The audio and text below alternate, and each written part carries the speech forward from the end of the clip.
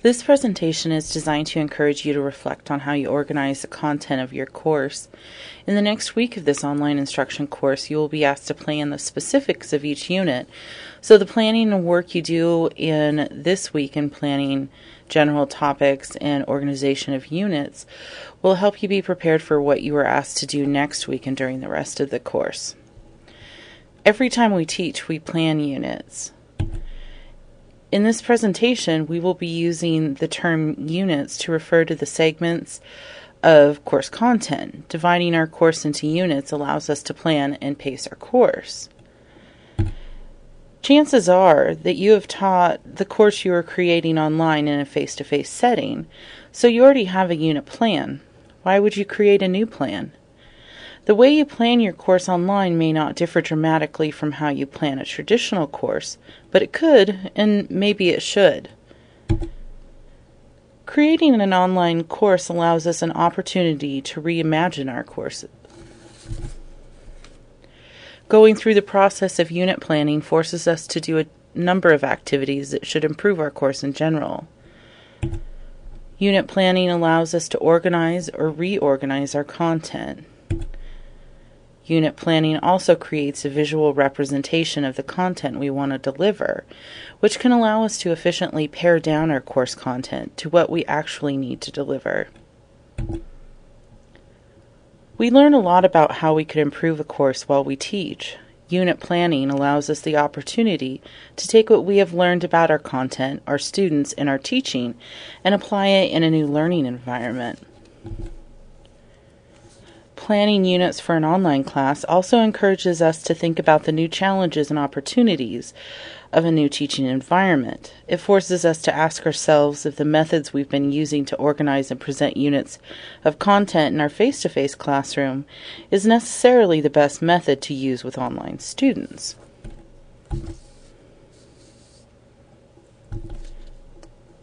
At this point, you may be wondering how else you could organize your course content. We are going to briefly look at 4 methods. One of the most common methods of organizing content is by following the lead of a textbook. Usually, textbooks are designed by experienced instructors, so often the organization of textbooks is intuitive and allows us to organize our courses around a text. Sometimes, however, the order of the content isn't intuitive to every user, or not all of the content helps students meet the course objectives. You can let the textbook lead you, but don't let it lead you astray. In this example, the instructor followed the textbook closely. What is nice in this example, though, is that the instructor showed how the chapters of the textbook can be broken up topically into units. Though this unit plan is clearly guided by the textbook, it is also thematically organized, which is a method that we will be discussing shortly. Units can also be organized by concept or theory. In this example, the instructor followed the text for a while because the organization made sense. But in the 4th week, the instructor started using chapters out of order. He even left out some of the chapters. The organization of the text was no longer intuitive, nor did it meet the needs of the students. The instructor instead chose to organize his course content by linking related concepts he believed would build upon one another more effectively. Sometimes organizing courses by concept or theory allows us to teach to our strengths, which can be of great benefit to our students. We just have to make sure that what is intuitive to us makes sense to our students. Perhaps the most challenging method of organization is by inquiry.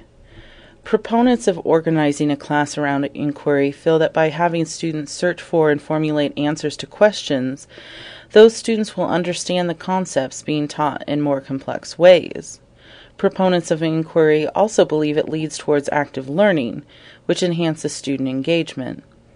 Organization by inquiry isn't for everyone, but thinking about this method could help us think of ways to enhance our chosen method of organization and presentation.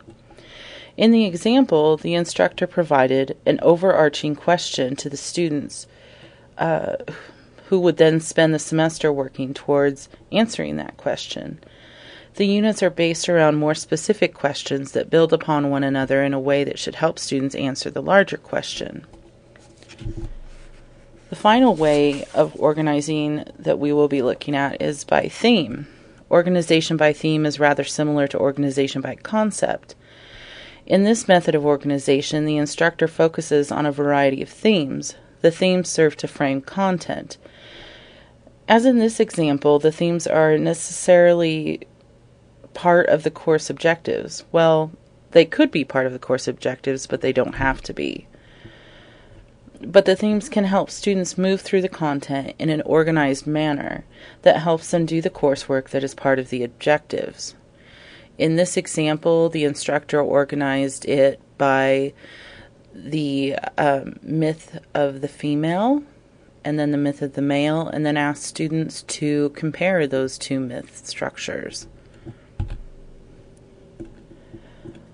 Often people combine the methods of organization, which usually makes a course richer and more complex.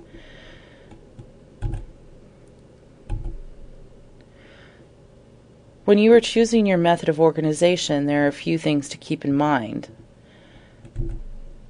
The method of organization usually has to help students learn the content, skills and concepts that will allow them to meet the course objectives. If it is hard to determine how a unit relates to the course objectives, it is time to re-examine that unit. The organization of content must also be consistent. Choose a method of organization and stick with it. If you choose to blend methods, keep the blend consistent. Abrupt changes in organization will confuse students, especially in an online class. And finally, it is important we remember that in online classes we have to be especially clear even when it comes to how we divide and deliver content. We have to be very organized, and that organization needs to be intuitive to more than just us. Also, you will need to explain how you chose to organize your class to your students. If it is hard to explain your organizational choices to yourself, it will be torturous to explain it to students. Thank you for watching this presentation. This presentation was created using Prezi, Cam Studio, and YouTube Editor, all of which are free web tools.